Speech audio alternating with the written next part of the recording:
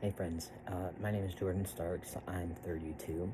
I use he, him pronouns, and I'm very excited to take this class. This is my first time back to school in about a decade.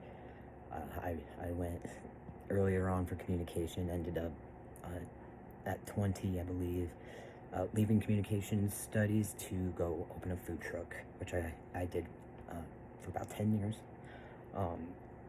Had a very successful food truck, but it led me to pretty severe addiction.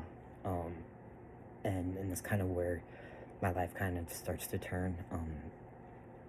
I, I started transitioning about 5 years ago. I was born female, so I guess that's a unique thing. But throughout the last few years of my transition, I've gone sober.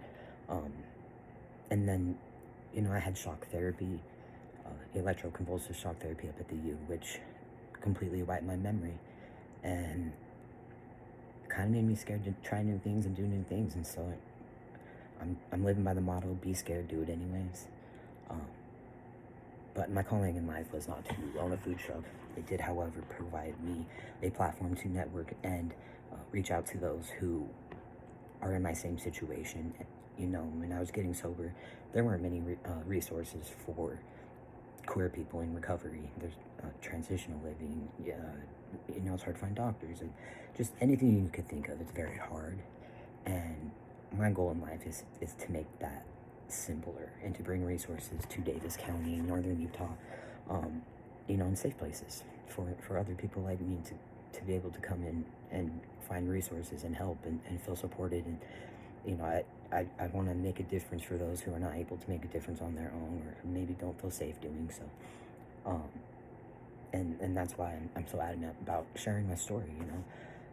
Throughout the process, I did get the electroconvulsive shock therapy for a year and a half, and I've been rehabbing from that. It wiped my memory pretty severely clean, and I've been piecing life back together. But everything happens for a reason, and I think that provided me the reason to get out of the food trucks and to really do something that is making a difference in people's lives. My calling is service. I serve on the board of 2 nonprofits here in Salt Lake City, one of which did help me get my top surgery, so it's kind of cool. I also volunteer heavily on a third one in Davis County. And so that's what I live for. It's what I dream of, is having a nonprofit and for-profit business as well. And ultimately, I hope to take these courses and really apply them in situations where I'm able to reach out to people and make a difference. If I make one other person feel a little bit better or a little less alone, then I've definitely done my job.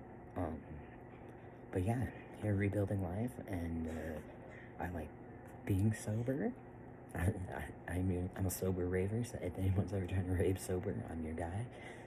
I love my dog, and I love service. That's what I love doing, whether it's food, donating food, helping people, even the crappy parts of service. I love it all. It keeps me going, it keeps me sober, and I love